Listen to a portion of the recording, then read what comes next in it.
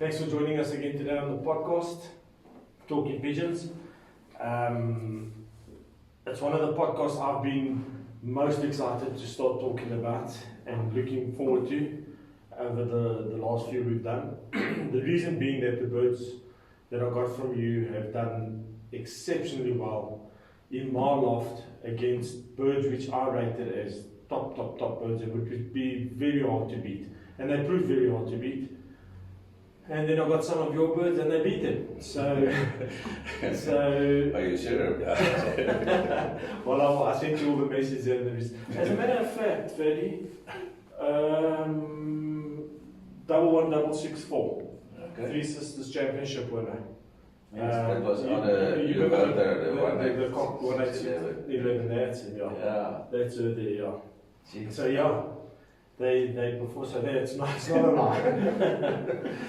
Yeah.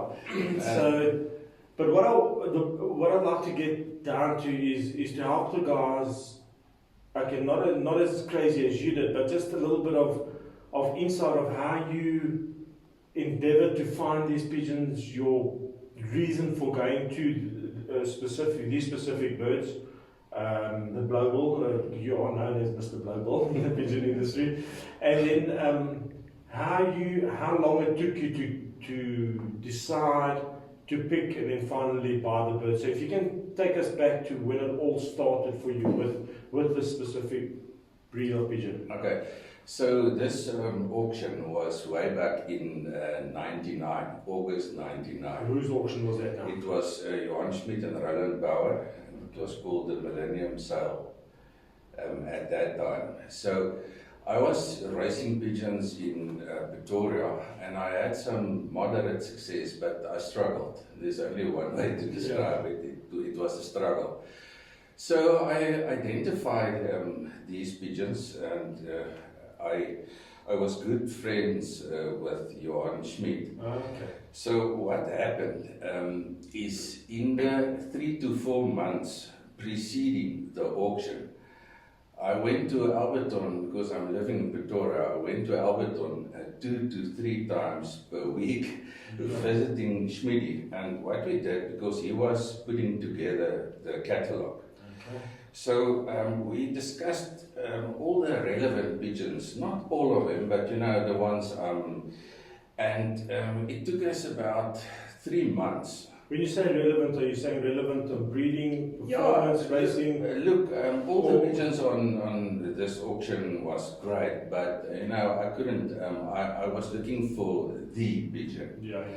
Okay, so after 4 months of going forward and backwards, and I had fun memories, because you know, we talked pigeons, but we were good friends, and we went out and eat and party and it was just a great time. And you know, I handled all the great pigeons, and Johan said to me that his recommendation would be the Blou Bull. The Blou Bull is the pigeon.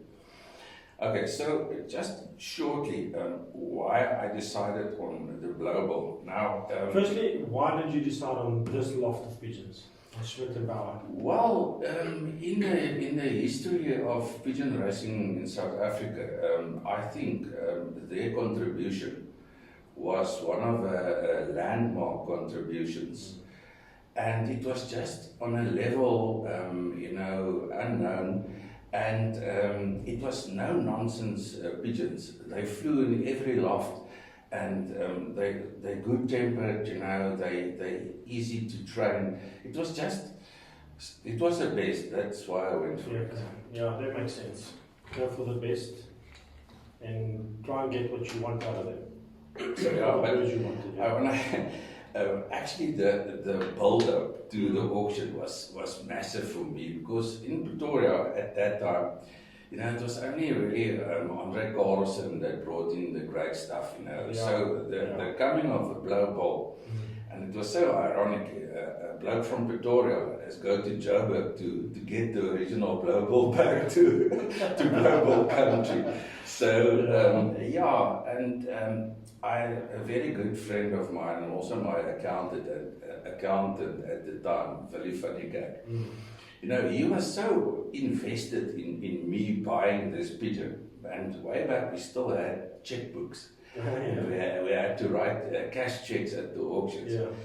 So on the day of the auction, I went and I picked up first Koos Jonk and Paul Zietsman and then Willie. So you had some Pretoria guys there? Yeah, I had a whole contingent. And but when we picked up Willie, it was the last pickup. He took out a blank check from his pocket. And he called me Junior. I don't know why, but he called me Junior. He said to me, "Listen, Junior, I've taken this check from the back of my checkbook so that my wife wouldn't see it. But you're going to buy the Blou Bull today, come hell or high water." You know, so it was for me. So it was a massive. You know, I wanted the Blou Bull so bad. I would have done anything at that time. But still, I had the backing. Luckily, it was not necessary on the day. So yeah, it was quite interesting. Amazing stuff. Yeah. So you obviously chose the Blou Bull out of the list of pigeons, but there were a few other pigeons that you were interested in. Yeah. Look, we always talk about the Blou Bull, and he's the famous one, but you've got to recognize that there were some significant contributions. And a few very key pigeons, which we can discuss now on the auction, because I always talk about the Blou Bull family, but there were 4 or 5 significant other pigeons that completed the family. Okay, such as, because you bought, so just give us an idea of what you bought. Were they related to the Blou Bull? Yeah, yes and no. Okay. So my thinking was, I wanted the bull. It was the ultimate goal. Why I say so? Because when I acquired him, he was turning 10 years old. So just a short summary of what he did. So Schmidi raced him 14 times. He was beaten to the loft only once, and that was way back in the THU, 500 to 600 members. It was in the strongest possible competition. Okay, so that was as racer. Then he put it to stock. He bred, his grandson flew second Sun City $1 million for Dr. Gavin Rouse. I remember that, yeah. His granddaughter... I didn't know it was his his granddaughter was the best overall bird in South Africa for Andre Carlson in 2009. For Pretoria guy. For a Pretoria guy. And at the time I bought him, he bred winners with 10 different hens. So that was in the first 10 years of his existence. So to me, it was clear I had to buy him because he was proven in every way. Yeah. Tell me, did he win any unions or feds? No, it's strangely, his best position ever was second, but he was so consistent. Consistent, yeah. Yeah, and which is more important. And just a bit on his breeding, he was bred from the 84 imported Janssen cock. Theo Mini imported the cock. But that cock, the 84 cock, was bred from the Phosphorlira. So the bull sire was a half-brother to De Zitter, one of the all-time famous pigeons of the Janssen brothers. Yes. And the Phosphorlira cock was the sire, and the Janssens, the best hen at that time was the dad. So you know that was. Till this day, I believe in the genetics. It's great genetics, you know. It never stops. It always. Ferdie, just tell me. We're talking about him there now, but from that also stemmed off another famous bloodline which you guys call the Splitsies. So what's the relationship here? Let's see him. Look, Blou Bull was the full brother to Splitsy, and also brother to Rocky. Okay. Brother to Golden Eggs. Okay. And brother to the Czechcock. He died in '92. But Johan told me the Czechcock was the best of the lot, you know. Sure. So if you only take those 5 pigeons and what they did, it's unbelievable. Yeah, it's like a fairy tale. Yeah, they've set Well, a strain that's still going strong today, which we'll talk about. Yeah, so the core pigeons I bought, it was basically the Blou Bull. Now, the key pigeons that made my Blou Bull family work were the Blou Bull to the gold medal, the Vos pigeons. Now, Roland Bauer imported a dark Czech, the Vos cock, one of the best pigeons ever. He told me that Etienne wanted that cock back. I remember, yeah. And and so and gold medals of Ronnie Alps. But if I could just tell you a nice little story about that, the Vos cock. Roland took me to visit Etienne, because he's very good friends with him. And then there was a big portrait in Etienne's office. So Roland said to me, ask Etienne whose birthday it is. And that was the Vos cock that came to South Africa. So the lot 2 on this auction was one of the click hens of the Blou Bull. And one of Ferdie, but I mean he bred so many. Yeah, look, if you take at the Lovoer in 06, also on this sale. He also a legend. Legendary. He bred a 4-time winner with 06. And all the hens, like I said, when I got it, he bred with 10 different hens. Yeah. In the Joburg. It was either the THU or the TRP, because they flew in both organizations. So, but that lot 2, the gold medal, the Vos hen, it was bred by Roland, but it was raised by Klein Piet Koeman. Okay. And it was a double winner. Yes, but it was a beautiful hen, well muscled, and it was a bite, you know. Yeah. So that combination, the Blou Bull to that hen, also bred the all-time famous Blou Bull Junior, the white flag cock, the reference A to the Schmittenbauer. Yes, he also became a stud cock for them later on, man. Yeah, on their 2017 final auction, yes, he was reference A, and reference B, C, and D were children out of him. So it was significant. Yeah. So and then the third part of the puzzle is the Lovoer pigeons. I must admit that I've got a soft spot for them. I love them. I think that was the best, very best ever. And so if you look at the top performers, you'll always find the bull to one of the Lovoers. Yes.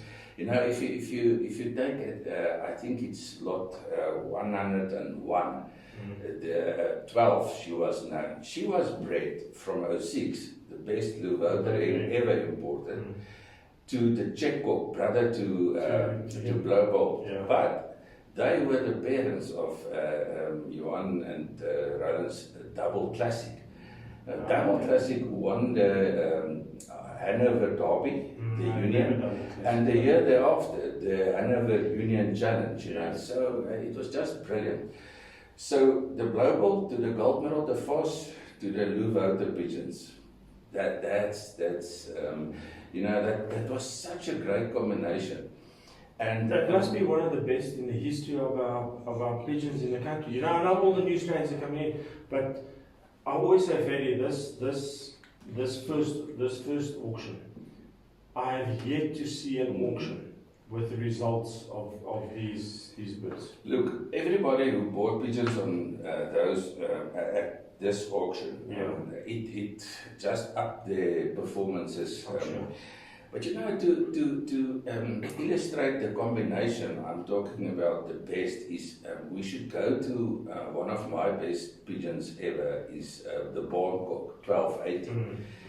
Now, if you look at the breeding of 1280, it's just reimbursing what I'm telling about these pigeons, because he was a half brother to a half sister, back to the Blou Bull. His sire was bred from the Blou Bull to Star Eyes. Sure. Now, Star Eyes was bred from Rocky, the Blou Bull's brother, to 06. Yeah. Star Eyes bred for Schmittenbauer, no argument, the international ace pigeon at Sun City, $1 million. Okay, so the Borncock's sire was Blou Bull to Star Us, and his dam was the full sister to reference A. It was Blou Bull to the lot 2, the gold medal de Vos. So, it was just... That's an amazing combination. Yeah, and the crazy thing about it is the Borncock, he was raised by my brother-in-law, Bartje. Yes. And he won a fed by 17 minutes on a 400-kilometer race. And I told him straight to stop that pigeon. And in the hand, it was the best pigeon I've ever seen. Even better than the Blou Bull. Really? And, if you look at... Did he end up at your place? No, he was always on the farm. But myself and Bartje, we merged our stock. Yeah. And, but if you look at it, he was representing all the great pigeons on this auction. Yeah, because he had everything in it. There was another great cock, I just can't think of his number now, 18600 or 18... Well, one worth talking about is lot 100, the best Lovoer cock ever, he was potent.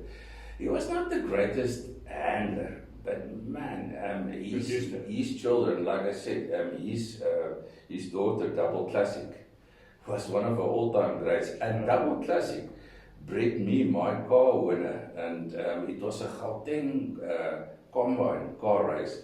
Sure. And that then won for me in Pretoria. I took first and second, but she won by half an hour. And I didn't win the whole of Gauteng ook in Roodepoort, but only by and he gave me 75 kilometers on a 10-hour race. So that was that was again that Karin. She was bred out of the Grote Kok. Now the Grote Kok was bred from Rocky, the bull's brother, to the Colesberg head. She was a Denora van Berendonk. Another good bloodline that also got mixed up here and here was the Denoras, eh? If you take in the past 40 to 50 years, the contribution that especially Roland made, if you take from the Twilight hen locally, and then after the gold medal, the Vos, but also the Denoras, absolute brilliant pigeons. And then the Lovoers, maybe the best of them all. Yeah. And later on, the Eberachs and all those. But guys don't realize also he brought in the Stevens. Yeah. And they also made in Pretoria, they made a huge impact. Yeah. The main difference to me was there's a lot of guys that import pigeons, but they just order it. Roland and Johan went over and they befriended the top oaks like the Vos.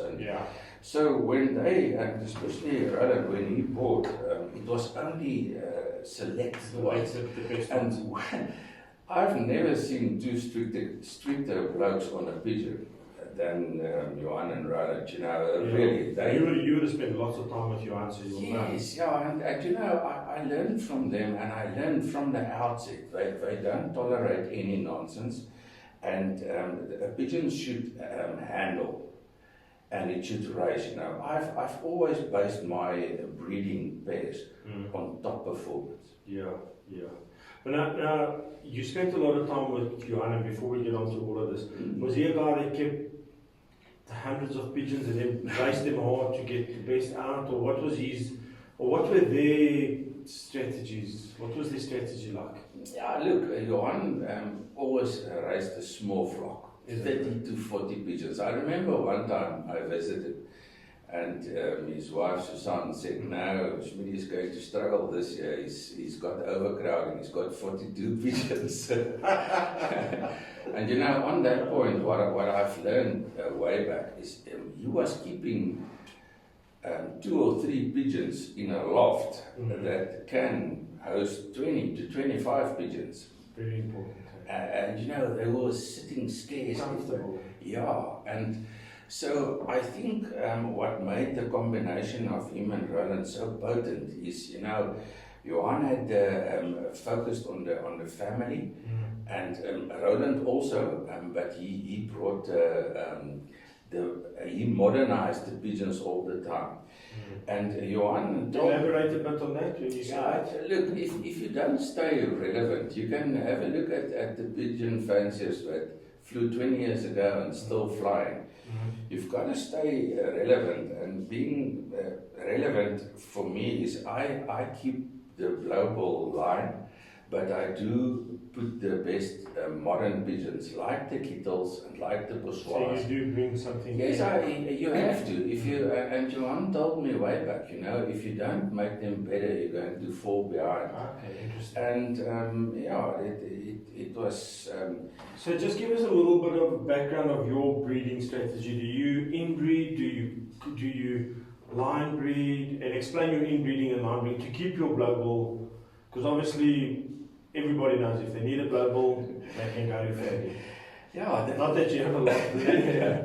No, I want to. I focus on the very best. Yes. I don't keep a lot. I know that. I know that. Yeah. So and you're very strict. That's why I know. That's why I'm asking you. How do you persist with? So the strange thing is, I never asked for any pedigrees. When I bought the bull, I knew how it was bred and so, but it didn't. It didn't faze me. I didn't need a pedigree. I wanted. I know what I got in. Yeah. But so as times went on and we started selling pigeons, the demand was for decent pedigrees. Yeah.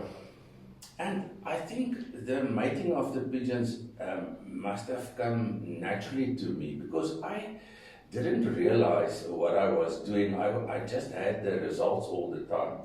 So when I started issuing the pedigrees, some of the fanciers showed me on my so-called strategy, but I didn't know it was my strategy. But when I look at it, I saw that I was line breeding the whole time. Okay. But the one significant thing I did too is when I introduced the pigeon, it was only top class. So one of the pigeons that made a major difference was a twilight hen that I bought from Charles Stanner, and she, as yearling, won the Craddock for us 800 kilometers at the combine by 10 minutes. So I bought her and introduced her, and it was an immediate success. Yeah. Well, what I can say, Ferdie, I've been there to your place and handled the birds, and some of the birds that you've introduced there are really top class. So they do complement because I've even handled some of the babies, and you can see on the hand the class is already there. Yeah, so like I said, there was a pre-99 phase because and the post-99 phase when I had the Blou Bull, and the best was still to come after 99. And I've brought two pigeons here, one absolutely representing pre-99, inbred to reference A, the Blou Bull Gold Medal de Vos, and the other, the new Blou Bull, the modernized Blou Bull pigeons, which myself and my brother-in-law, Blou Bull bred and developed. I just want to get onto something now. You bought the 4 pigeons from the auction. Yes. Namely the Blou Bull. True Blue. True Blue. And I bought also Bianca. Bianca. Like I say, you bought those 4 pigeons. But as you stated yourself, your results were not. You weren't. You weren't setting the sky light in Pretoria before you brought the pigeon. I won one union, and it was a tailwind, from Tromsburg, but I won it clean. And it was a Tromsburg. But no. When you brought these birds in, did your results? Can you give us some idea of results? Let me give you an idea. So the first were the birds really that good? Did they change? I'm going to. There's one or two races that I must mention, and the impact these pigeons had. So we were flying in a club, 34 members, 10 union champions, the likes of Andre Carlson, Pomanakom, Charles Stanner, Poonam Miller. It was just Amy Carlson. Yes, it was great. strong, marking on king, you know. And so it was a really strong competition. So it was on Tromsburg, 520 kilometers. I only brought 2 pigeons to the club, 2. And Read out of some of those. Yeah, it was out of the Blou Bull, and the other was from Johan's bulldozer line, the right guards, you know. So everybody had a chuckle about it because, you know, we could basket 20 pigeons per race. And another great bloke was Johan Pretoria. He flew well. Really well. And yeah, and so we got a hard race. It was just over 1,000 velocity. It's a bit of a brag had to come with pigeons. Yeah. And I clocked them. First the one, and 5 minutes later the other one, you know. And when we arrived at the club, you know, we started putting together the results.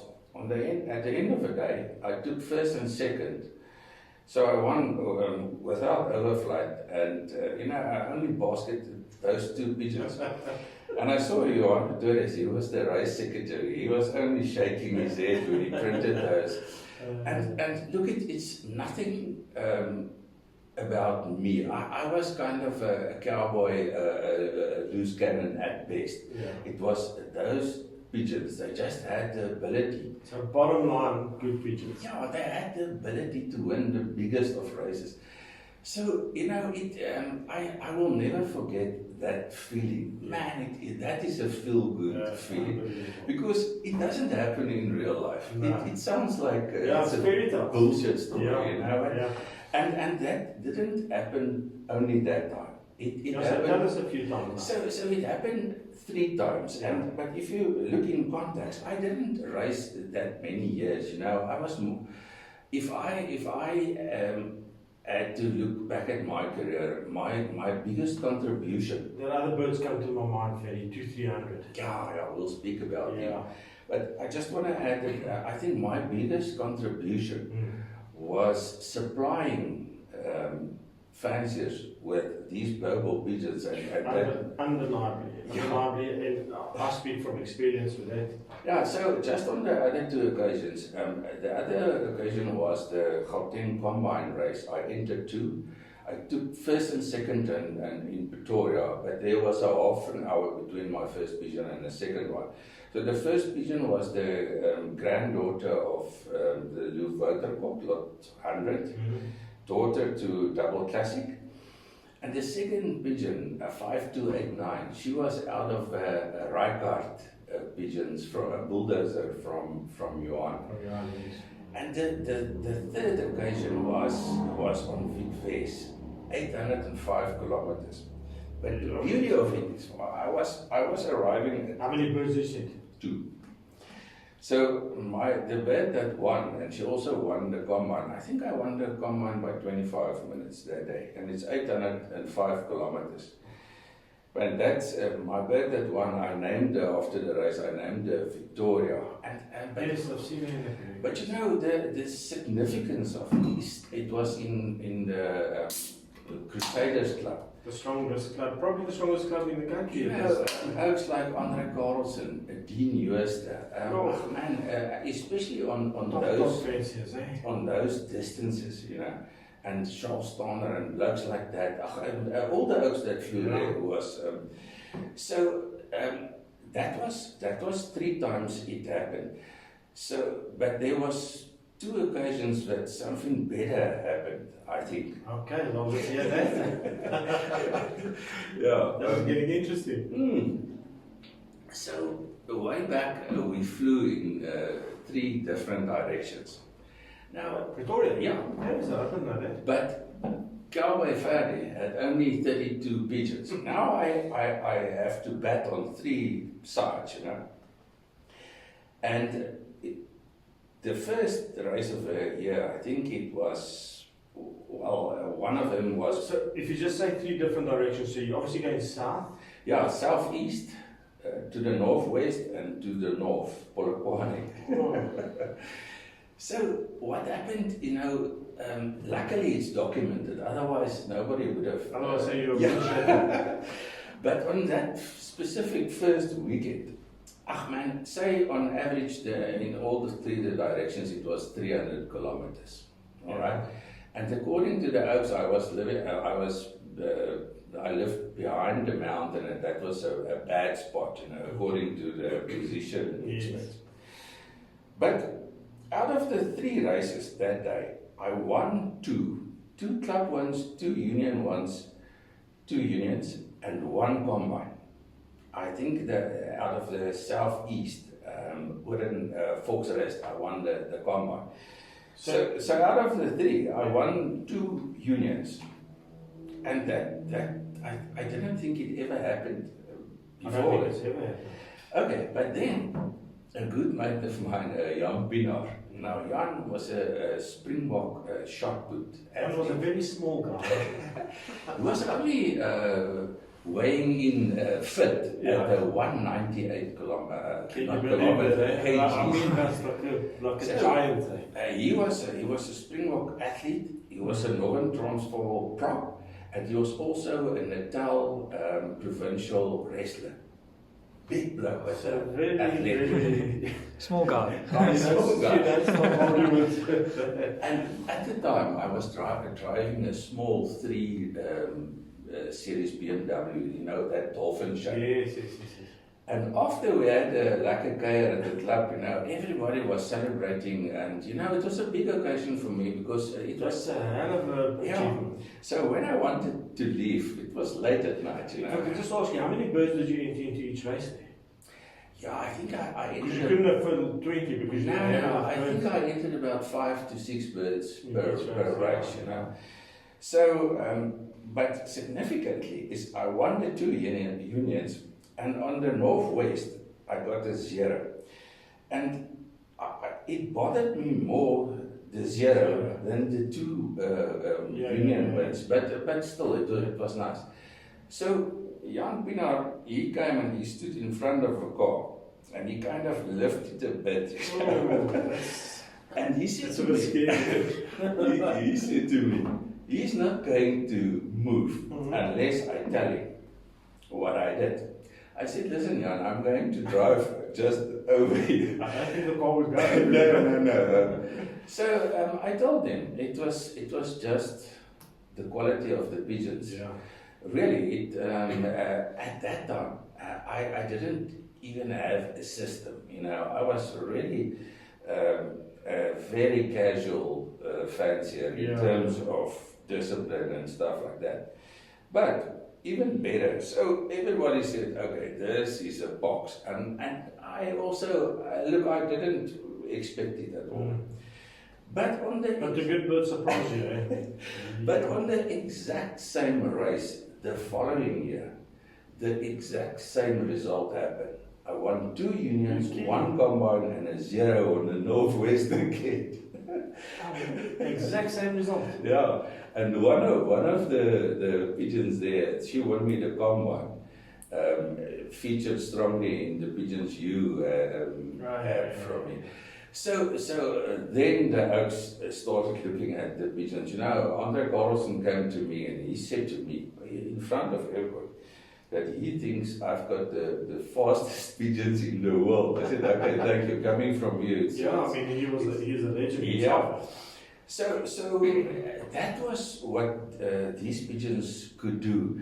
And really, according to the, let's call them positionist, I didn't live well or wasn't positioned well. And I wasn't a great jockey of the pigeons, I treated them well, and I worked them hard, and I did give them the best. But I wasn't like some. I know what you mean, yeah.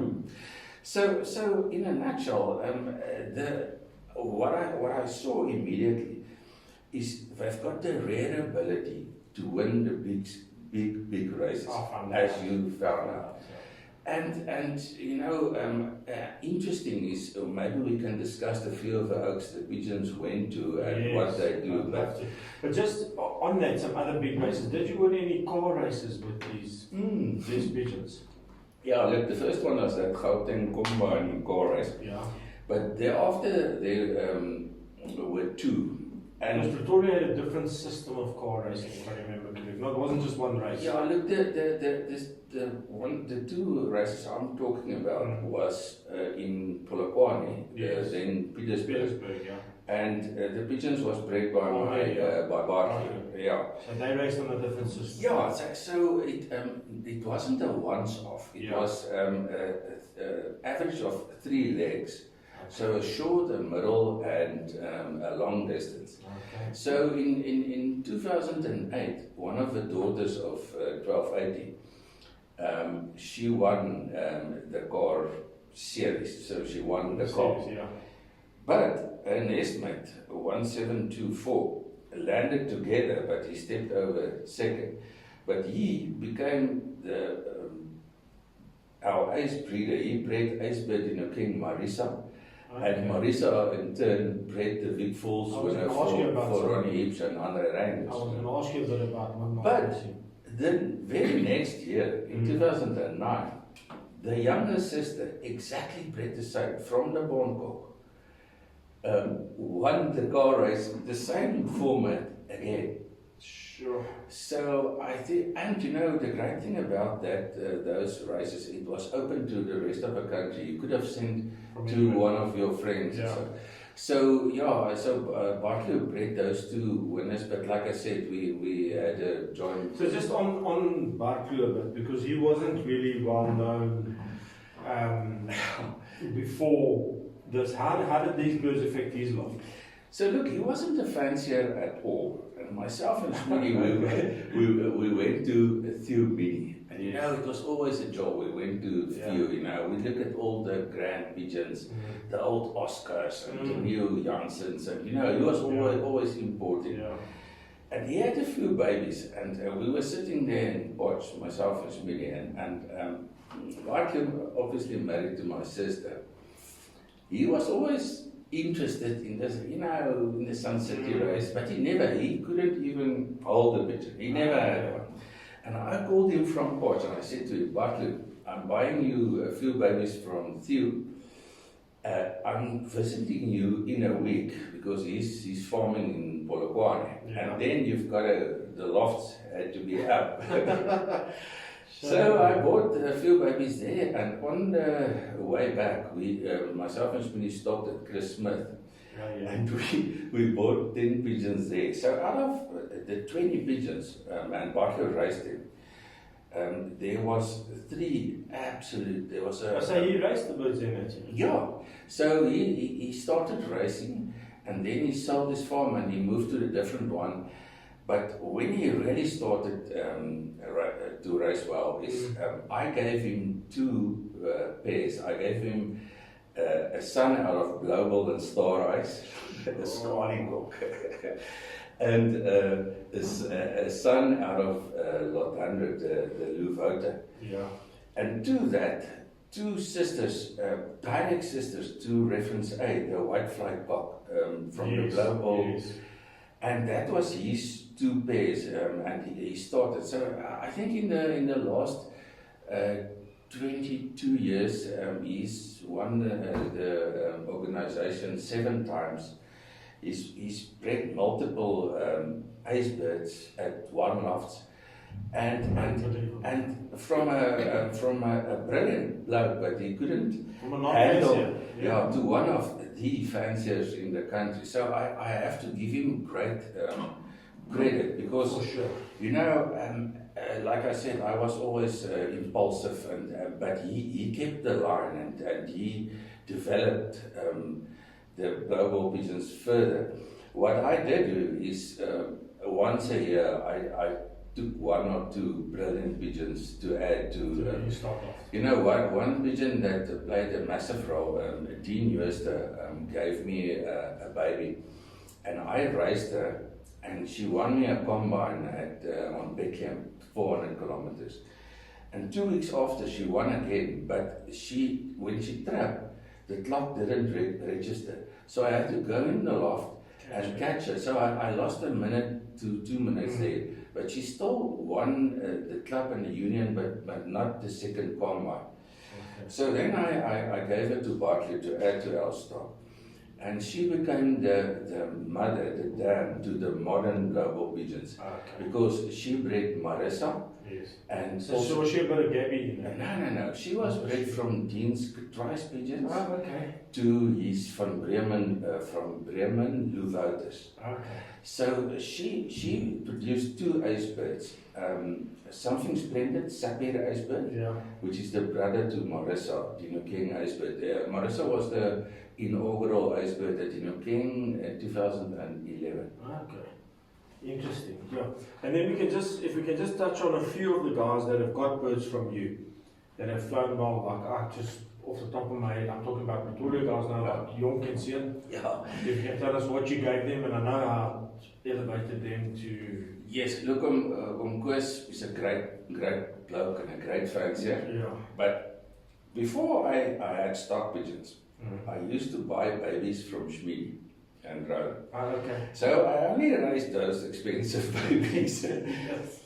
And I had one of my best breeders also was the half brother to the Blou Bull. Now he was bred from the 84 imported Janssen cock, but his dad was the 7-time winner featherleg Tenora from Roland. Man, and that was a pigeon. There was only one like that, and I got it. So his son was a 3-time, I mated him to a Rijkaard of Schmidi, and they produced one of my best racers ever, a 3-time winner in the same year, over all distances. But his brother was racing mediocre, and I gave the brother to Koos and his son, and they called him Braveheart. And he produced 11 direct union winners for Koos. And Koos was a 2-time combine I was champion. going to say, he was a champion before. So, and again, it's fairy tale like, but another hen, a Scarling, I also bought from Schmidi and Roland. She, something poked her in the eye, and she was blind in the one eye. But she was bred from Bianca to the gold medal, the Vos pigeons. Okay. So I gave her to Koos because, I didn't keep stock pigeons at that time. And she also bred 11 direct winners, and it's documented. I'm just, So show me anywhere in the world giving somebody 2 pigeons to produce 22 union winners and in great competition, Tough competition. Tough competition. But what I want to emphasize is it was just the impact of the Blou Bull pigeons, and not just the Blou Bull, the combination. The Oaks should realize the combination plays a major role, because if you take at best in a pigeon, maybe it's 25% Blou Bull. And the rest is Lovoer and gold medal and stuff like that. But the combination seemed to work. Yeah. Well, what I can say, what I think is, Ferdie, you managed to, look, you'll never be perfect, but you perfected the art of blending those birds. Because hundreds of stories come out about that. I knew a guy, and you knew him a bit better than me. And we'll mention his name, and I knew he couldn't raise pigeons He couldn't raise pigeons. He was like me before. We just couldn't raise pigeons. And his name was Lee Krueger. Yeah. He got a few birds from you, and at that stage, Edenvale Club was very strong. Yeah. And Lee ended up club champion. I think you got some of the birds back from him. Yeah. Look, I sold him a daughter out of a born cook to 590, the Shellstander Twilight Egg.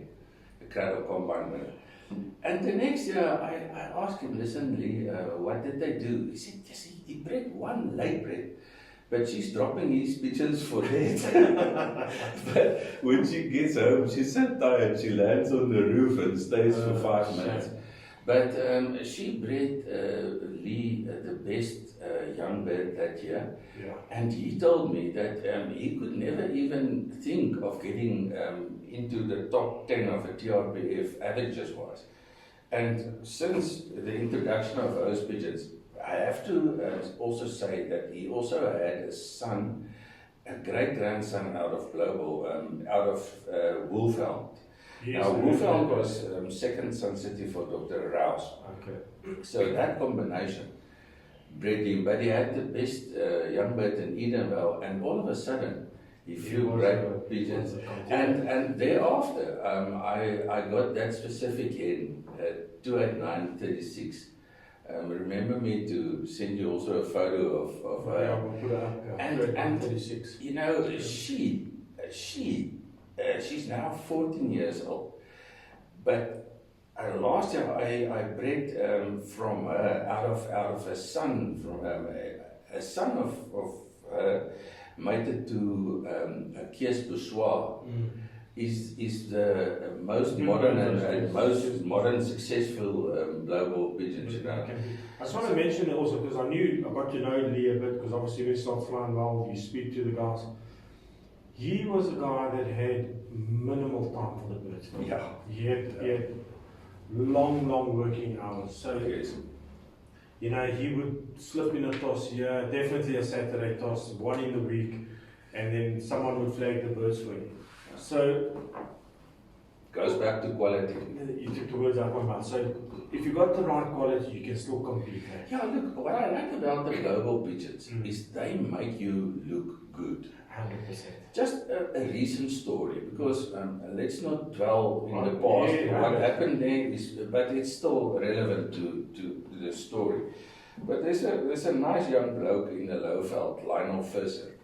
Now, I know him for a long time. I met him recently, relevance. Yeah, and 3 years ago he approached me. He said, listen, he wanted to start racing pigeons. He's staying in or living in Leidenburg. That's And will I help him? So I visited him and I saw his lofts, and I said to him, listen, I'll supply you with the pigeons and with a system. And he was so brilliant. He's a young bloke and he's keen. really keen, yeah. And I supplied him. So it was my Blou Bull pigeons, and it was some of the modern stuff, the kittles, but still. And the first year, he ended second overall in a Lowveld union. Sure. And the second and the third year, he was the overall champion.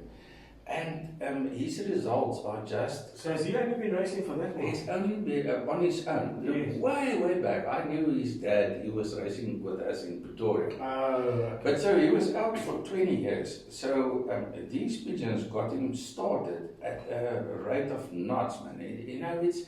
And the fanciers always talk about growing the sport. But for me, like I said, what I love is... a new fancier like him. If you want to grow the sport, help fanciers to be champions. Yes. Because he's forever sold on He pigeons. looks forever. And he will influence his region because it upped the standard, you know. 100%. And like my brother-in-law also, you know, oaks that came from a non-fancier to an absolute brilliant fancier. And they don't know what it is to struggle. You and me know, you know, if you've got average pigeons, it's That's a battle. so. And so you're trying all the medicines and the different foods and all. Look, at one time I was thinking that, look, it's all the supplements and stuff, until I started racing different pigeons and I saw it wasn't. It was the pigeon. Tell us the story quickly when you went to Exceeder at one stage. Yeah, so I was struggling way back, and Niels now from Exceeder had that great warehouse. That's beautiful, yeah.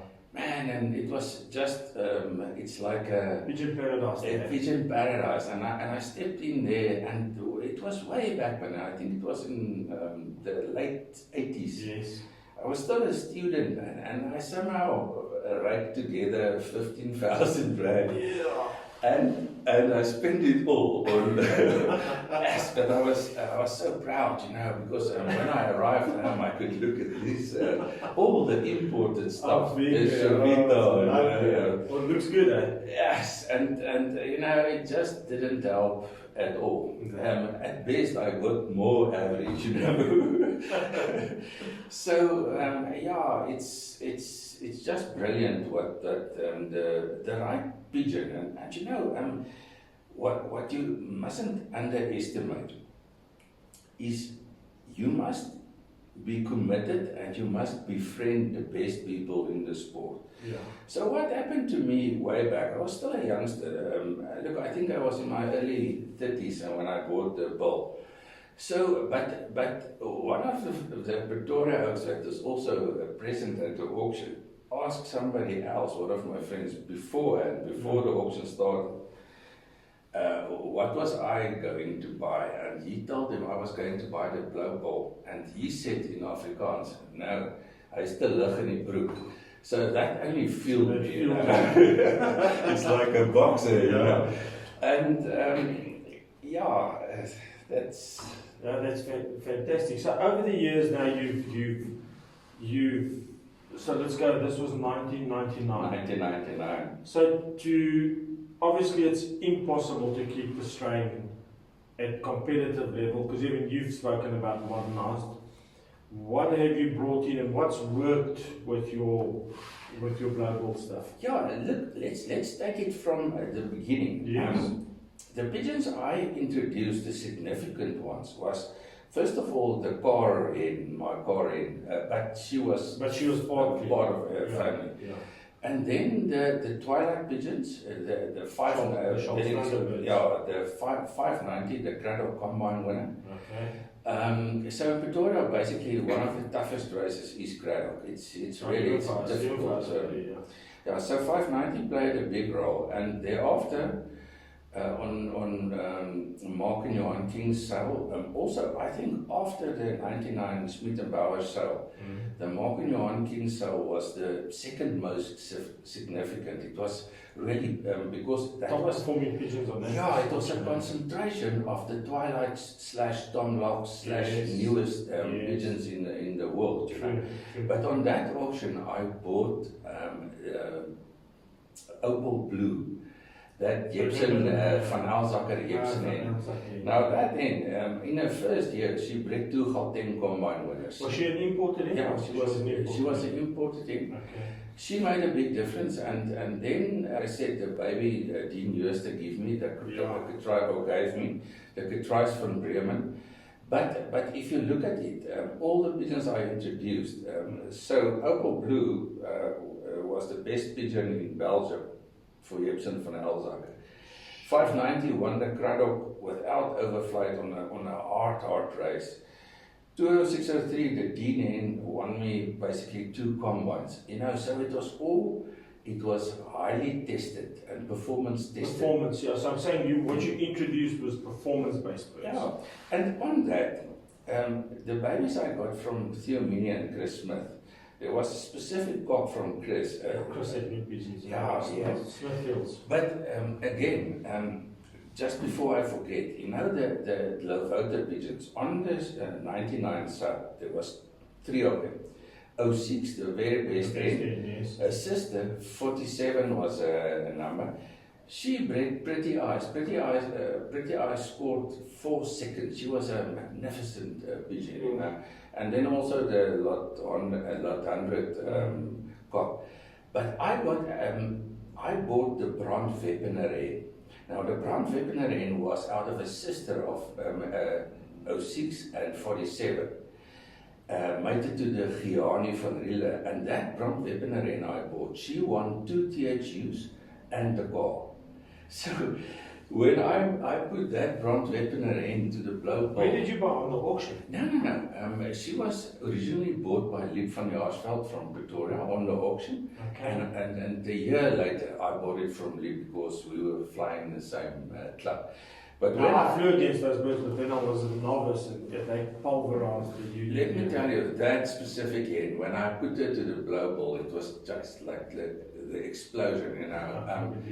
I stuffed it a bit up, but I think the best combination to the Blou Bull was definitely that hen. Like I said, she was a Lovoer, bred from 06 sister to the Gianni van Riele.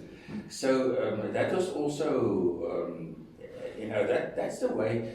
The one thing I did right. And just on that, those are two union champions that you're talking about. Yeah. Yanni was a union champion, and Brand was a union champion. Brand was a great, and Brand was a multiple time union Brand champion. said that specific end was the fastest pigeon he ever saw. He said even on a 60 or 70 kilometer toss, she dropped his pigeons. Mm-hmm. But look, in the hand, it was the most beautiful pigeon one of the best I ever had, and I was privileged to have it. I didn't know that you had that pigeon. Really, I didn't. My stock loft at that time looked like this. It was the Blou Bull, his half brother, a son of out of lot 100, the bronze weaponer hen, true blue. It was all, and those pigeons. Those are all legendary pigeons. You asked me why I chose the specific pigeons. If you look at the results in the catalogue, the feds and the unions they won was against 6,000 and 7,000 and 8,000 pigeons. So at one time, I didn't pay the pigeons. I just let them have it, and it was massive, man. The results was just. So you just let them breathe on their own and see what happens. So I cannot overemphasize that those pigeons, they make the fancier. Like you said, in your experience, you won 2 of the greatest races ever. And now, what's the odds on that happening? And like I said, for me, what's the odds you bring 2 pigeons to the club in a strong 34-member club and you won first and second? It doesn't happen. Doesn't happen. Those are stories you hear when you're growing up about podcast. Just getting back quickly, Ferdie, which is a bird that's very famous here on the East End. He's 2300. Tell us a little bit about him, because he's bred so grandchildren plenty down the most famous pigeon out of the Blou Bull pigeons was his sister, Spritzy, his full sister. Okay, So what happened? Spritzy was given to Klein Piet Koeman's wife as a present by Johan Schmid. Now, she wasn't a great racer, but she was an all-time great producer of pigeons, and she was also pied, So she was famous, but the best she ever produced, according to Schmid, was Brahman. Yes. So Brahman was bred from Spritzy, and the JMB cock from Klein Piet Koeman, You might say that should be the name of the alcohol. I think after that I became the JMB cock. So 2300, I got him from the late James Moore. But on his auction, I still got a James Moore is your West End guy. He was from Rudderpoort.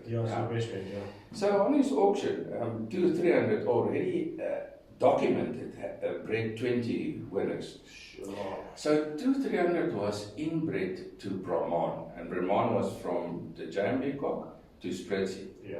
So 2300 was inbred to Spritzy. Okay. And man, when I saw the pigeon, I didn't even handle it. I saw it in the loft. And I asked James about it, and I said to him, I want that pigeon. What did it look like? It was blue pied? Yeah, blue pied, man, but a magnificent, beautiful looking. Yes. And I got him. And the moment I started breeding him, it's too many winners to mention, but one of his daughters, I sold to Monty Schmid, 19662. I bought a baby. Yeah, you've got it. Yeah. And she produced for Monty and Ipia de Prea in Pretoria. In 2016, the best overall bird in the combine, as well as the best middle distance bird in the combine, but with 2 different cocks that end.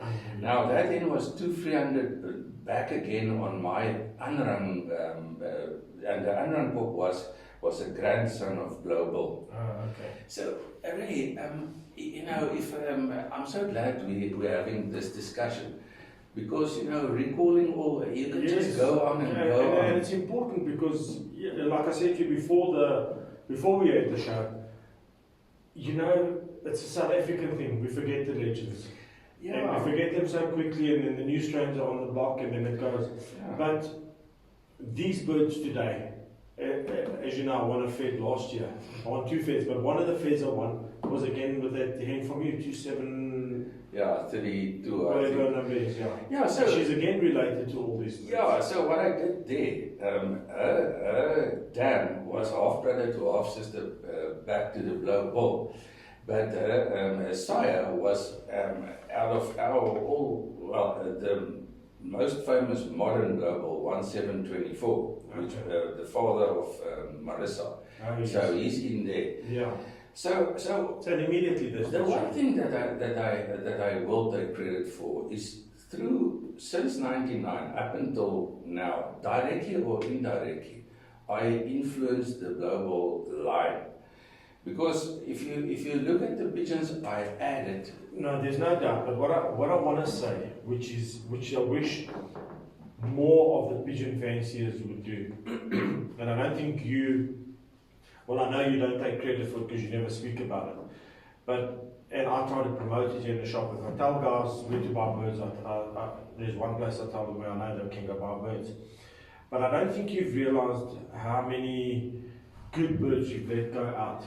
Because every guy every guy that's got birds from you has had a superstar come out of those lines. You know, one story I want to tell is there's a great friend of mine, Adrie Strauss from Vredendal in the Cape, you know. But I know his name, but I don't Vredendal is barely in South Africa. It's so way out, you know. And I sold him one baby inbred to the Blou Bull. Yeah. And in the first year, I think it was in the first nest, he mated that cock to a closing hen from Tasha Engelbrecht. Yes. And the first year, he had the best overall pigeon in the federation. No, that's fantastic. You know, so that's why I say, yes, there is some merit in position, but you know, these birds.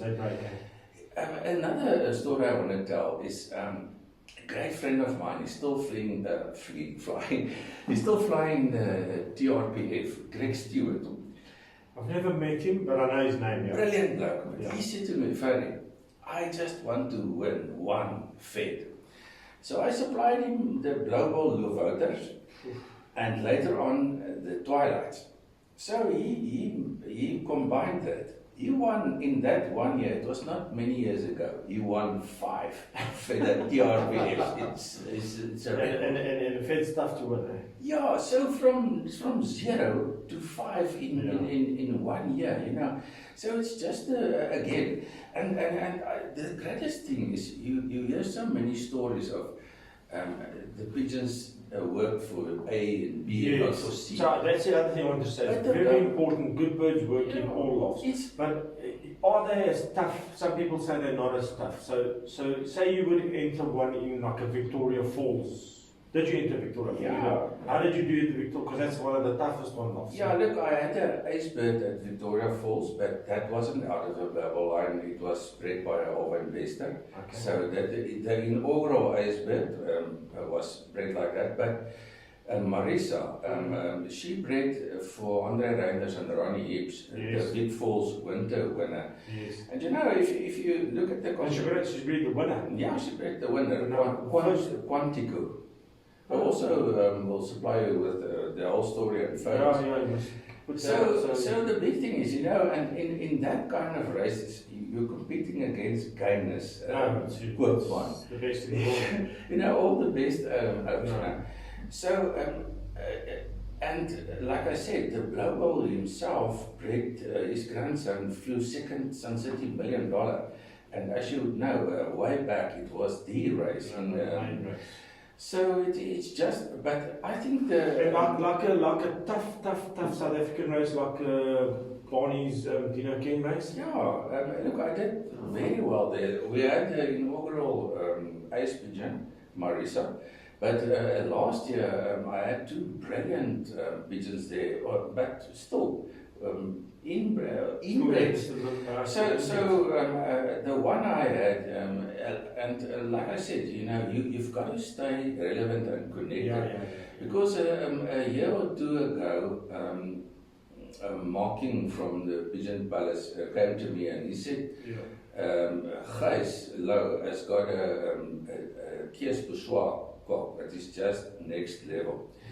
But Gijs is also top. Yeah, well, fancy, one of the very best. One of the very best. So, I borrowed them, the Lee Krueger hen, the daughter. Okay, that one. Alright, and I borrowed it to them and they bred me a cock out of it. I call it the fighter cock. Okay. And immediately he produced that magnificent racer of mine at Kent, that Stingray. Okay. Yeah, so the point I want to make, it's not always possible to acquire all the pigeons. No. So,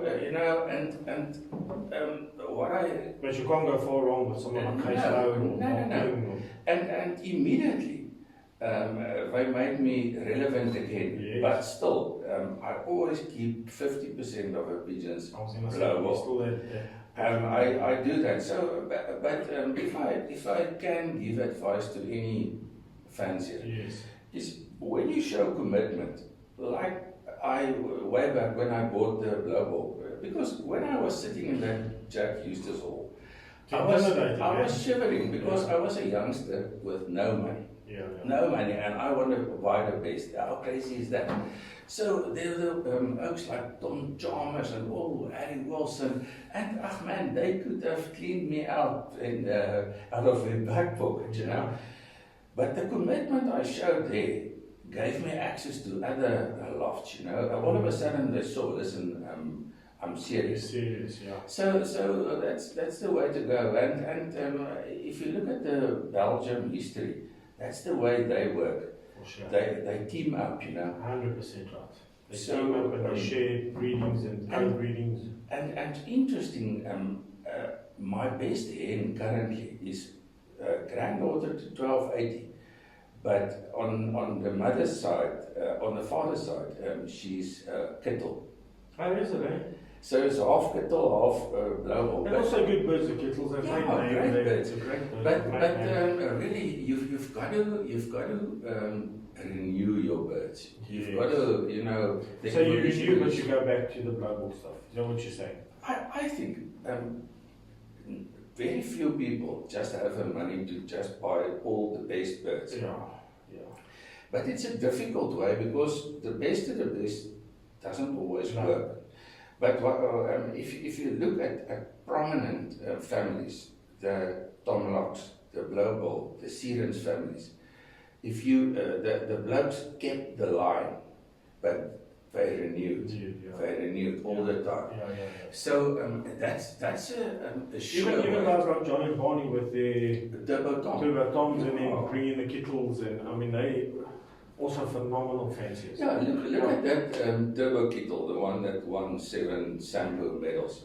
It was the Kittels to the Twilights again. Twilight Turbo Tom Powell, you know. Yeah.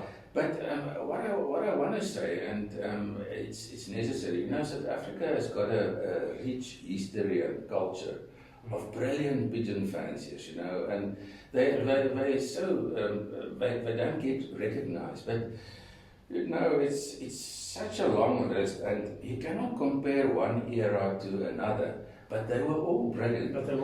Because the latest great pigeons is created by the best in the past. In the past, 100%. But that's pigeon racing. You're always striving to improve.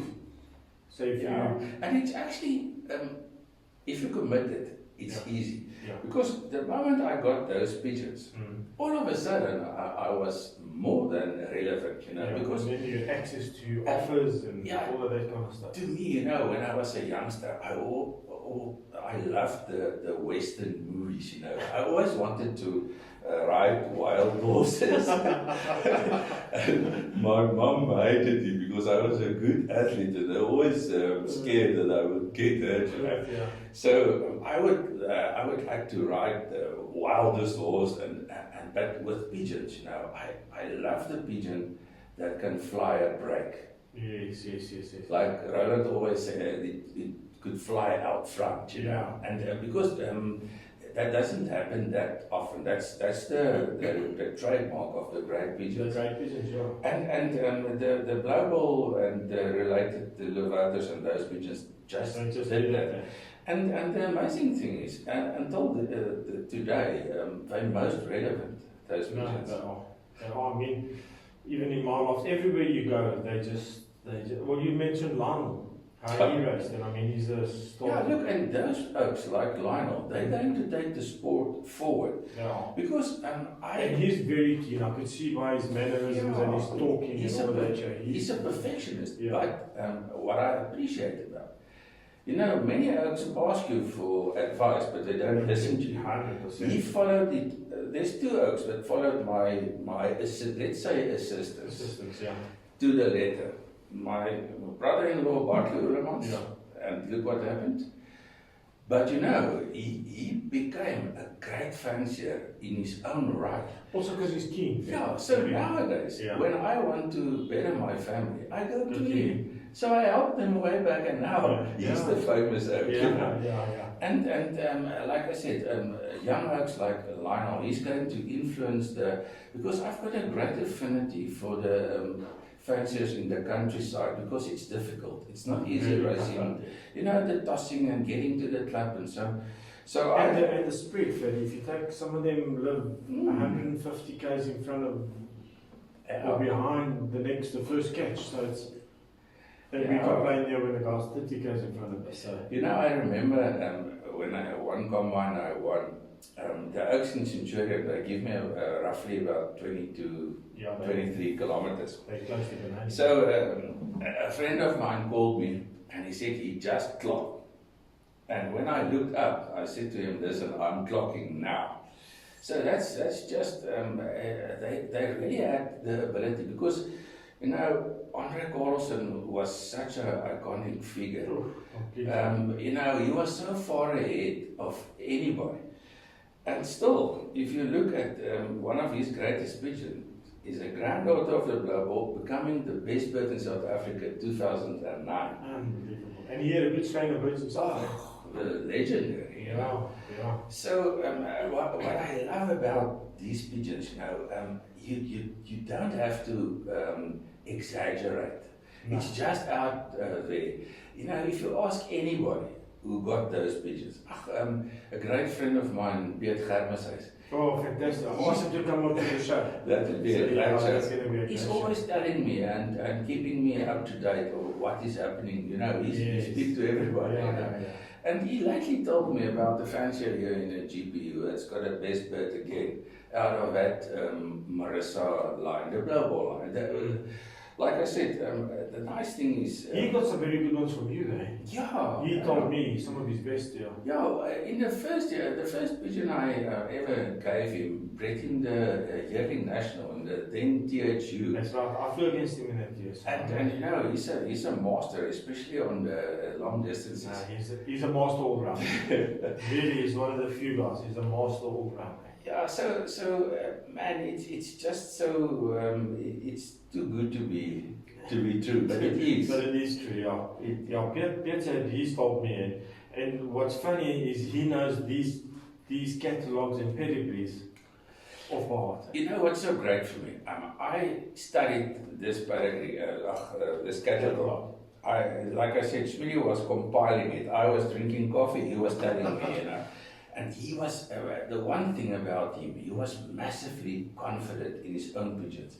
He told me, he said to me, Broer, these Blou pigeons of mine are the best in the world. Not in South Africa, in the world. He had that confidence. Yeah, he did. So, and it's my intelligence on the family is so good. I don't think there's anybody else, because I know this catalog. And 20 years later, I know this, and I would love to go to the latest sale and just show the relevance of the Blou Bull again on arguably the modern greatest sale. Yeah. How old was he when he passed away? There were you? Now, I sold him to Jan Pinaar when he was 15 years old. 15 years Shame, old. was he still funny? He was still filling and still rearing his own children. Now he's, look, those pigeons just added, you know, the what do you call it, the resilience and all the great characteristics. Yeah, characteristics that the bird should have. So now getting to the birds, I've been itching and waiting and... Yeah, so I brought 2 Blou Bull pigeons here. So explain the 2 birds that Okay, so the look, out of a Blou Bull line, many oaks that had success went different ways. Yes. So I still like the original Blou Bull gold medal de force Lovoer.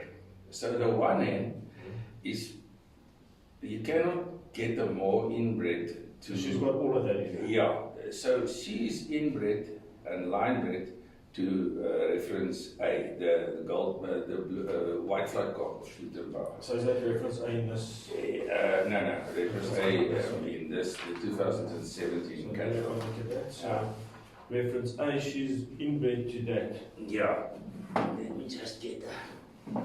Okay, so she's Blou Bull Junior. Yeah, so she also looked like that a lot to the gold medal de force, Yeah. you know. Yeah.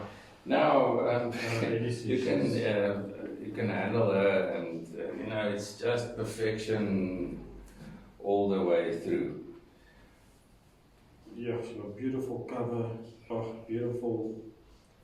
No, she's a superstar. So you know, my game plan always is to take a pigeon like that. Yeah. When you introduce anything. So what would you introduce to her, Ferdie? Give us an idea of what you would introduce. Look, if you want to be smart and you go the Kittel or best Kittel way, I already had good success with that. Okay. But you can introduce anything. Just one story to add. You know, in the market, it's basically not true. But I didn't have a lot of Tom Lock pigeons because, quite frankly, you know, I couldn't afford them. Sure. But way back when Schmidt and Bauer bought the Tom Lock car in on Tom Lock's sale, Yes. Roland said he thought it was the best pigeon on the auction. And when they mated that Tom Lock car in to Rocky, the brother of the Blou Bull, Yes. it produced the unrung Rocky. And those, Jose's bird, yeah. so you can, if you take whatever, you can mate You it, can mate it. and it will work. So she represents the best of the original. Beautiful. And you know, She's intelligent. she's a fourth generation inbred, and look at how she handles. And I took her from the nest 2 days ago. So, but who's she mated to now? now She's finished. She's finished now. Yeah. Who was she mated to? Man, look, I most often, I breed stock from her. Yeah. So Okay. yeah, it's so this is the old generation, but now But I just want to interrupt you there. You say old generation, and the pre-99. yes, although I can show you some new generation birds that don't handle the same quality as she does. No, look, but Johan and Roland Mhm. told me from the outset it must handle perfectly. Okay. They did not ever compromise On that. even if it's got a mile-long pedigree. They did not compromise on handling. Okay. And if you look at these birds, man, No, it's she's perfect. She's perfection. balanced. She's Yeah. So intelligent. I've she's also everything. brought along a new generation Blou Bull. So explain a bit of the new generation. Blou Bull. Okay, so- it looks a bit like Blou Bull. Yeah, it does. Yeah. Look at that. The Yeah, head. it It's looks got a lot like Blou Bull. yeah. So this is a full brother to sister mating, back to the Blou Bull. But the new generation being the 1724, the Morissa, something splendid. Basically, my own version, Bartu and my own version of the Yes, Blou Bull. yeah. But this oak, full brother to full sister. look at this, how he handles it. And Bartle raised him. Yes. He was the first bird back 6 consecutive weeks, and then we stopped him. Full brother to sister. And he has already bred us great birds. And look at that, you know, it's perfection. Yeah, this is a beautiful. Yeah. So full brother to full sister. Full brother to full sister. So he's basically, it's bred out of a brother to Marissa, to a sister of Marissa. He looks a lot like Blou Bull, eh? But look at the handling. Can you get a better pigeon? You know, it's... But like you say, Ferdie, if it started off with perfect birds in the hand, and that's what you strive for all the time, that's what you're going to breed. Look, there were times that I strayed a bit, as you pointed out. And not that I was trying to knock you, it was just my but opinion. Immediately, there was a decline in performance. Yeah. But the beauty about the Blou Bull pigeons also is the easiest way to assess a family is to inbreed them and fly. If they fly, you've got a great family, guaranteed. There's no, you don't have to waste any time. Inbred but tested. So what I found, the more I inbreed them, the quicker they become. I've told you about a sprint race that I won by 48 meters per minute. Yeah, that's amazing. Eh? And it was an inbred Blou Bull. Was it an inbred bird? It was Blou Bull to True Blue. I told you the story about Sure. Two beautiful pigeons. Eh? So, but if you look at the past and you look at the present, it's only getting better. Yeah. And that's why I say we need young fanciers like Lionel and those blokes to take the sport further. Also, I hear what you're saying, Ferdie, but we also need guys like you to assist the guys, breed them some. What I would like to say to the guys is, if you can only afford fewer birds, go buy from someone like Ferdie, who will help you with a program, help you set up maybe even a breeding program, and you will definitely go forward. Look, for me, it's just a joy to help the people, and I know you get a thrill out of your birds performing for other guys. Yeah, and look, just talking about it, it's a liberating feeling, because it was always a hush, you know. Yeah. And also, as you know, on my Facebook page, I just splash it out as it is. 100%. So this is a magnificent bird. Yes, powerful, eh? Yeah. No, so Yeah, that's a 5 o'clock. Now, so I can see you only going forward with the birds. Yeah, and just to connect there is my recent 2 best birds is half 50% the Blou Bull and 50% the Kittel, my hen, and the other one is 50% Blou Bull and 50% the Kies Pessoa, the one Gijs bred. Okay, yeah. So, and you know, that's the beauty of it. You know, you keep them relevant, but not only relevant, they score. And they've performance-wise. Yeah, they've got the ability to win the big races. I don't know why. Yeah, no, they don't. I think it has got to do with intelligence. You know, they're really seriously intelligent. It's got a lot to do with intelligence. A lot to do. You know, the pigeon whisperer. Yeah, old Joe. Bert Reynolds. Of the East Rand. Famous famous pigeonite, probably the most famous in the country. He's very high on intelligence. Yeah. Very high. And he said to me, and you can ask him, he said, because he handled splitsing. Yeah. And he said probably one of the best birds ever. Yeah.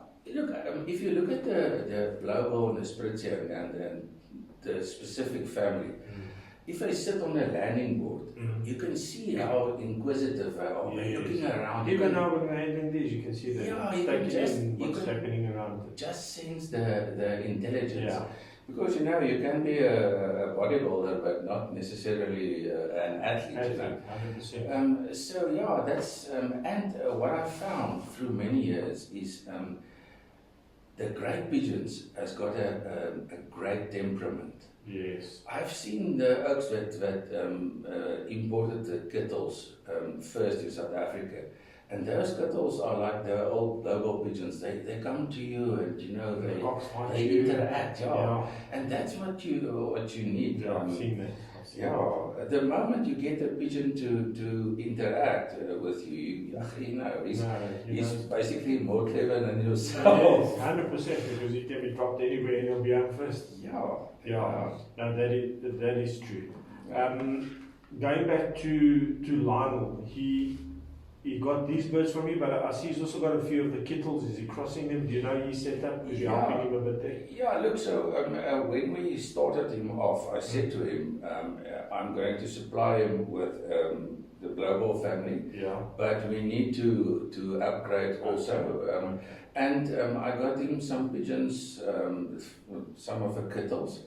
And but the pigeons that do really well there is the Benny Stevening cross Blou Bull pigeons.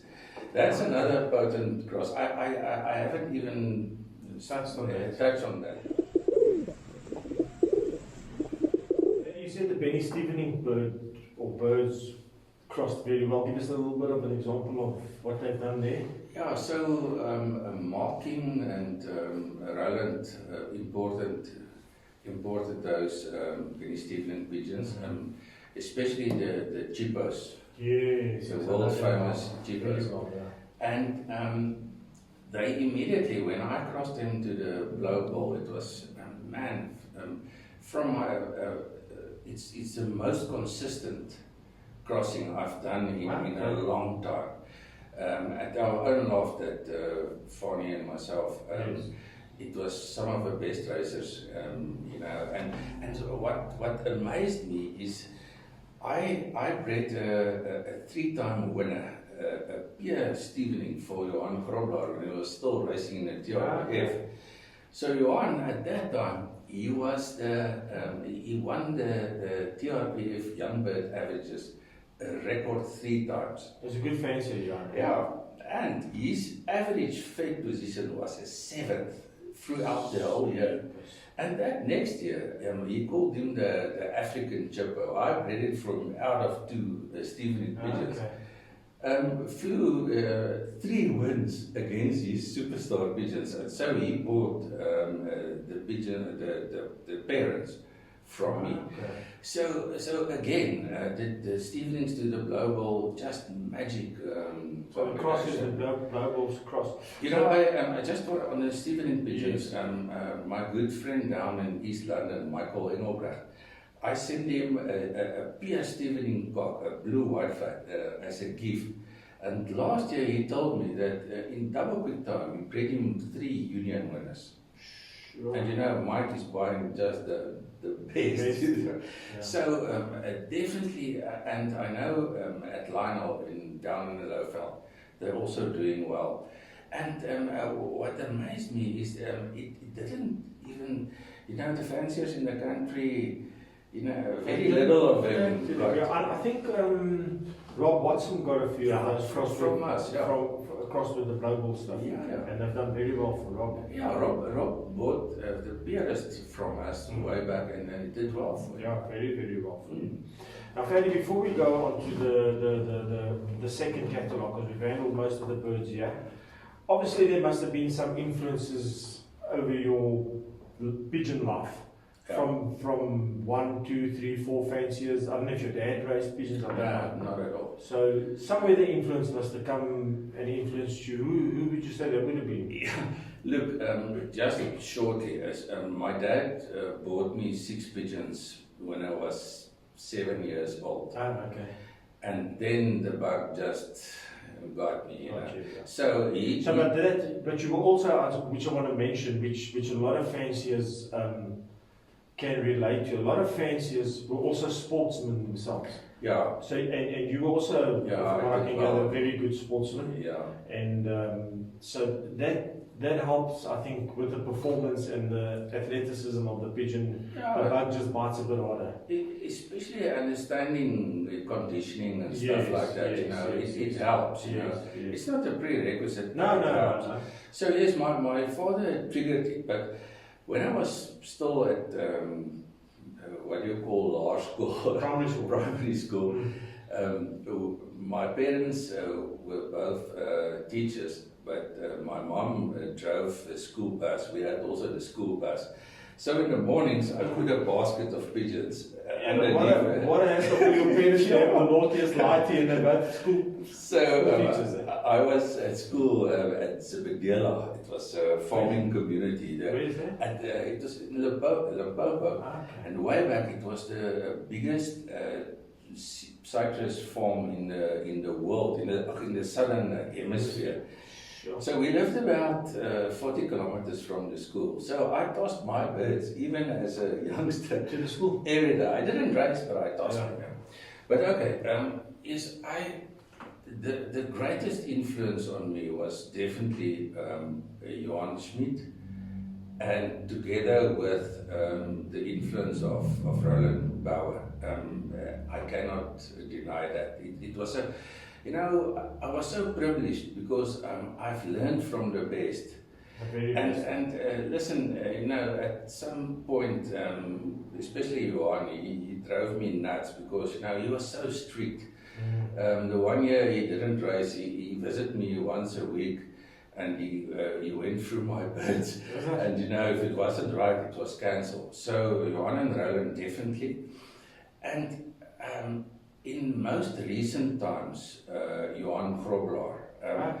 The one thing, look, Grobis has got a great record, but but he learned me a lot about the modern ways, especially regarding conditioning and recovering. Give us a little bit of insight on that, because that sounds interesting. Yeah, man, it's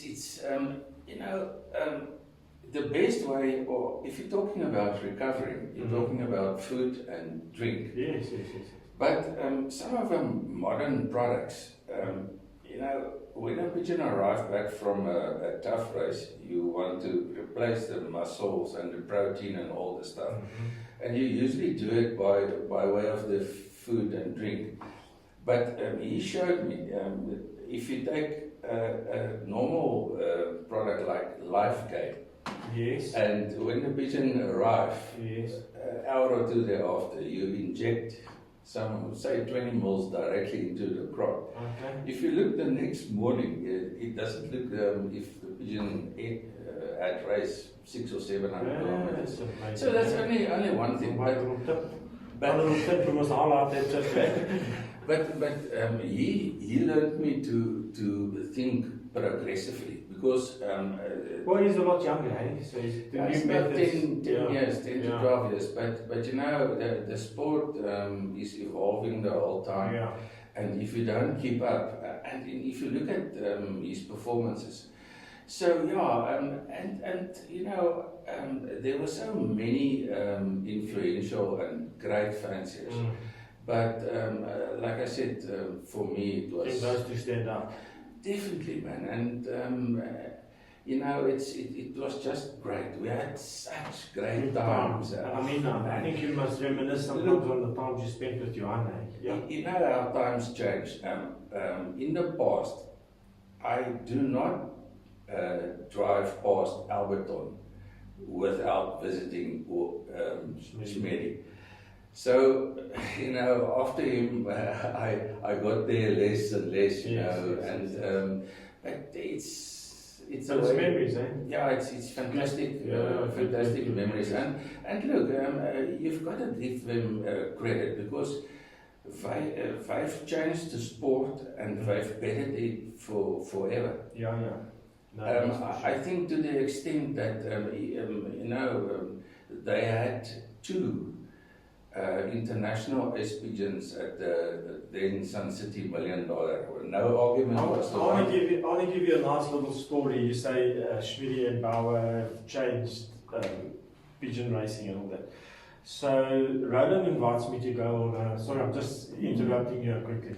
Roland invites me to go on this tour of Belgium and Germany and Holland and Pigeon Olympiad, I think it was, and this whole pigeon spiel, and we're going to visit all the top fanciers. And anyway, we get to this one German guy. He's a very good friend of Roland, and then but he's also a good fancier, and he said we're visiting him today. So anyway, we get to so this is overseas now. Now you've got the top fanciers in the world around him, and he flies well. I kid you not, he shows us a few of his new system, flying hens and all that. So he goes to the fly-in and he opens the fly-in. And as he opens the fly-in, there's a poster about this big, this wide. And he shows us, here's Schmidty and Bauer. He says, here's the world champions. 2 South Africans sitting in his loft. Excellent. Can you believe that? Shows you what influence they had everywhere. No, look, I would love to tell some of the real great stories. It's not for... I went on a kids tour with Bowden and Schmidty, and those stories we'll tell a bit afterwards. But and you know, it's just it was just a great era, and if you look at the Tom Locks also, they also were massively influenced by the Lovoer pigeons. And like I said, we're so privileged. I think nowadays the standard of the best South African pigeons is up there. I was going to ask you that. What do you think of the best South African pigeons compared to the best overseas? You know, if you look at the Africa Pro 2 years ago in Oral, was won by Mocking and Gijs. Yes. So, and it's against the very best. We're not standing back anymore. No.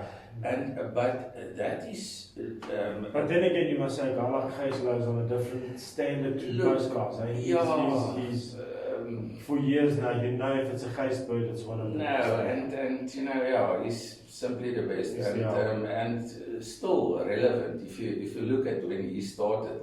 He was winning all the time, you know. Exactly. And still today, he cost him. Yeah, look, they taking it to the next level. If you look at the Pigeon Palace, man, it's really impressive, you know. It's world class. And we need it. We need it. So it's interesting, but I must admit that the times have changed. Now going on to this. No, 2017.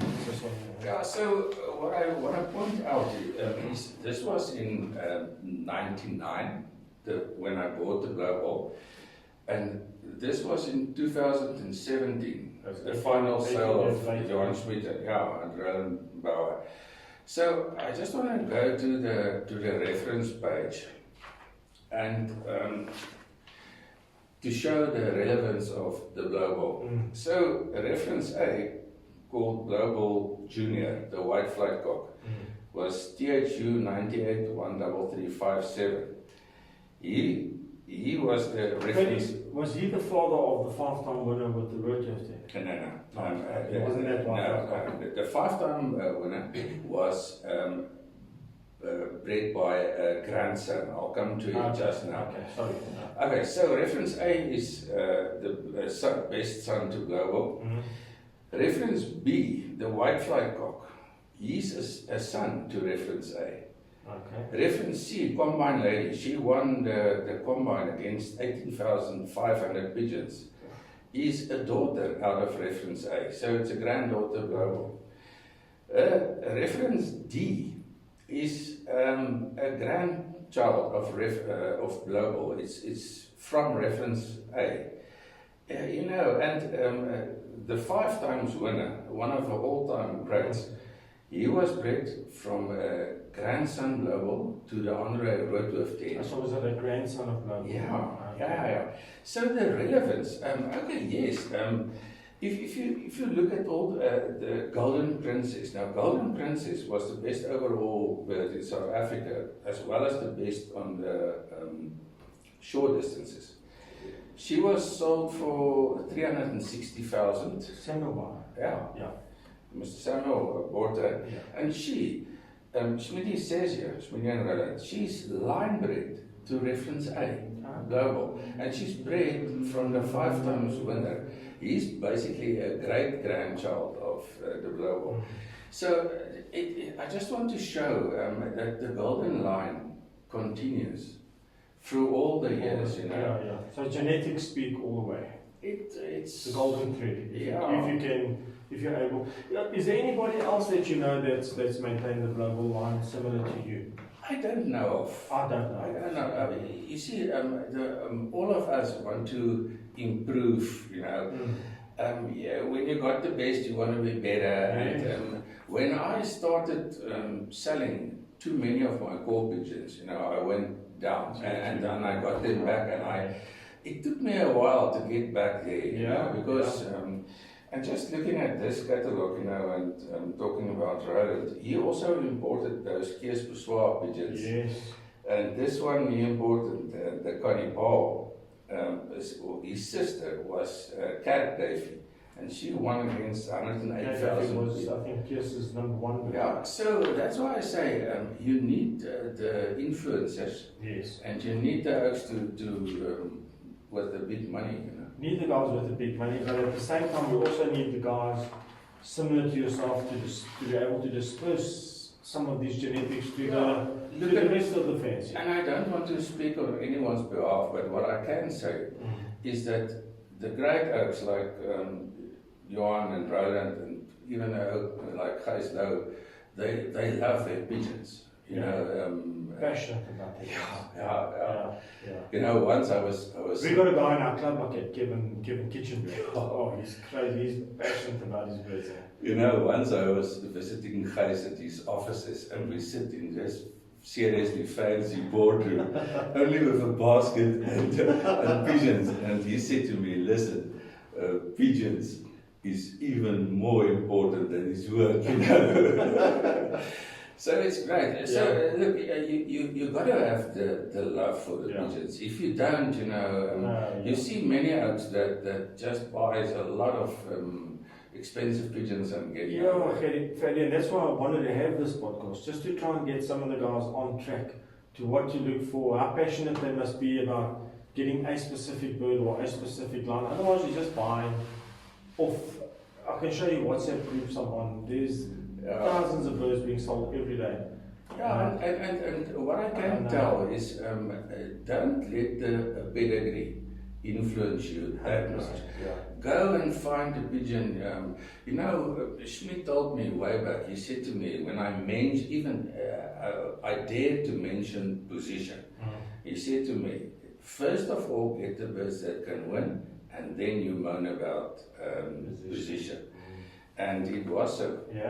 It until this day. Because initially where you stayed was not a good position, behind the mountain. No, it was so funny. Koos, current, or not the current, but then the current club champion, he said to me after the Schmidt and Bauer auction, he said to me, I know you've got great birds, but you cannot win me because you're not playing the right position. The next year, after the fourth race, he was running into the club and said, "You can eat your name one day." And it was only the influence, and not ironically, but greatly, those same pigeons took him to the great champion that he still is, you know. So it's a great man, but the fanciers must interact and they must let the sun shine over all. That's one of my pet hates is I call it a South Africanism, that we don't allow the sun to shine on everybody, it must only shine on us. Which is sad for the pigeon game, but fortunately there are guys like you that help out. I know you let very good birds go, and that's what keeps the sport going. Yeah, look, and some of my fondest memories are from pigeons and pigeon fanciers and just the whole journey. You know, I know I didn't work hard enough because at the point we just flew pigeons and we just you know, it was just. But your legacy goes on because of where the birds went. They've performed, they've produced, and they perform and they produce. Yeah, I'm glad that you can be very proud of. I am, you know, and like I said, I'm so glad Blou helped me build the new Blou Bull strain because you know it has to improve. And that's what it's all about, improving your strain. And like I said, it wouldn't have been possible without. If you look at the contribution of if you look at these two catalogs and you take all those pigeons and you express it in monetary value, it's millions of rands. Those oaks spent way back then. You know, just lastly is the sire to the Blou Bull, the 84 Czech Janssen cock, was imported by Theo Mini. So Theo held a young bird sale in Pretoria. And the oaks asked him to just bring the imports with just for viewing, you know. Oh, okay.